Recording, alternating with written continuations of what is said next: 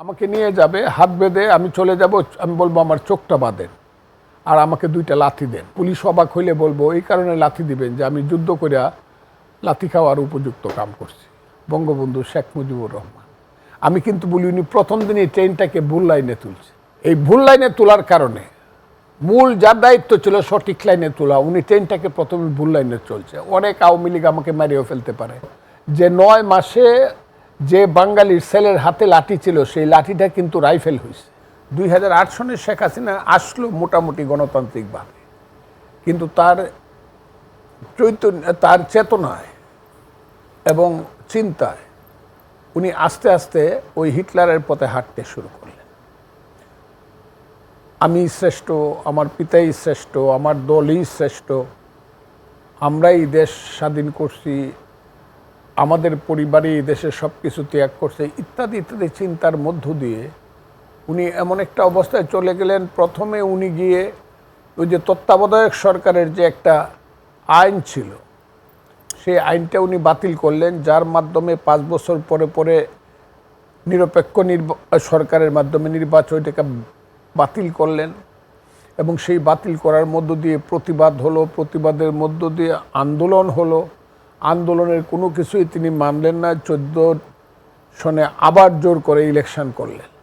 3টা ইলেকশনের মধ্য দিয়ে ওনার মধ্যে একটা মানে চিন্তার সৃষ্টি হলো যে তিনি বোধহয় পৃথিবীর শ্রেষ্ঠ, তিনি বোধহয় সবচেয়ে শক্তিমান।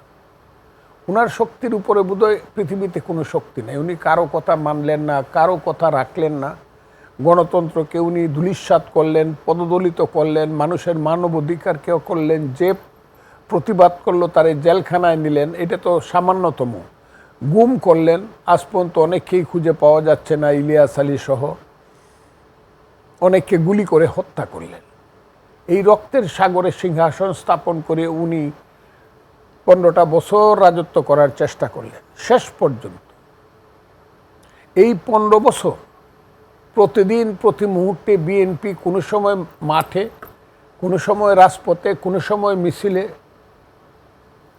কোনো সময় হরতালে, কোনো সময় অবরোধে প্রতিবাদ করছে, রক্ত দিছে, গন্ডায় গন্ডায় রক্ত দিছে বিএনপি। এবং শেষ হলো 28শে অক্টোবর 2023 সনে বিএনপির 7 লক্ষ মানুষের মিছিলকে 7 মিনিটে ভেঙে দিয়ে ফ্যাসিস্টের চরম রূপে শেখ হাসিনা আবির্ভূত হলেন। মানুষ হত্যা করছে, তাকে হত্যাকারী হিসাবে এবং মানবাধিকার লঙ্ঘনকারী জাতিসংঘে তাকেও করছে, প্রতিবেদন দিয়েছে। এর পাশে কিন্তু ছোট্ট সাইডে একটা খবর আছে, দেখবেন যে 6 মাসে বর্তমান সরকার কিন্তু 6 মাসে পরেও কিন্তু মানবাধিকার, আমি কই না, তারা কয়, আমি কইলে 15 আগস্ট পর্যন্ত তারাও কিন্তু জাতিসংঘেরই আরেকটা প্রতিবেদন।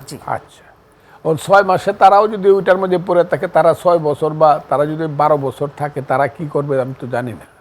কিন্তু 5ই আগস্টের পরে আমার যে আকাঙ্ক্ষা ছিল, আমি ছিলাম এটার সবচেয়ে মানে বড় সাপোর্টার, বড় সমর্থক, বড় খেলোয়াড় এই হাসিনা বিরোধী আন্দোলন, হাসিনা সরকার বিরোধী আন্দোলনের গত 15 বছরের সবচেয়ে বড় খেলোয়াড় যারা,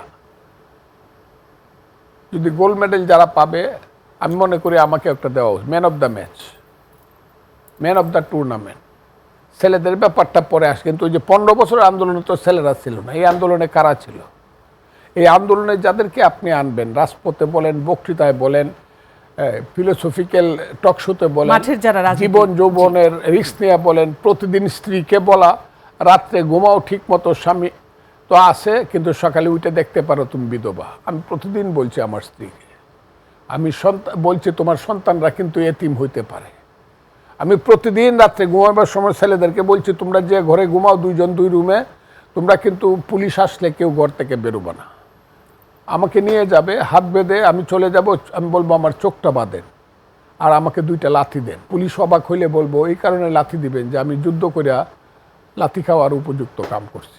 এবার একটু প্রশ্ন করতে দিবেন? আপনি যে বললেন যে পুলিশ আপনাকে লাথি দিবে, যদি জিজ্ঞাসা করে যে আমি যুদ্ধ করছি 9 মাস করেছি, তারপরে এই দেশ স্বাধীন হয়েছে, তাহলে দেশটার এই অবস্থা হলো কেন? এত ত্যাগ করলেন আপনারা? দেশটার এই অবস্থা আমরা আমি প্রথম দিন বলছি the fall started from the very first day. এটা আমার নেতার ব্যাপারে আমি বলি। আমার নেতা তো জানেন, ওই যে দেশের নেতা যিনি, দেশ বলছিলেন এবারের সংগ্রাম আমাদের মুক্তির সংগ্রাম, এবারের সংগ্রাম স্বাধীনতার সংগ্রাম, বঙ্গবন্ধু শেখ মুজিবুর রহমান। আমি কিন্তু বলি উনি প্রথম দিনই ট্রেনটাকে ভুল লাইনে তুলছে। এই ভুল লাইনে তোলার কারণে মূল যার দায়িত্ব ছিল সঠিক লাইনে তোলা, উনি ট্রেনটাকে প্রথমে ভুল লাইনে চলছে। অনেক আওয়ামী লীগ আমাকে মারিয়েও ফেলতে পারে, আমার প্রতি বিক্ষুব্ধ হতে পারে, কিন্তু ভুল পথে ট্রেনটা চালিয়েছে, সেটাই বলতে চাচ্ছেন? প্রথম তুলছে।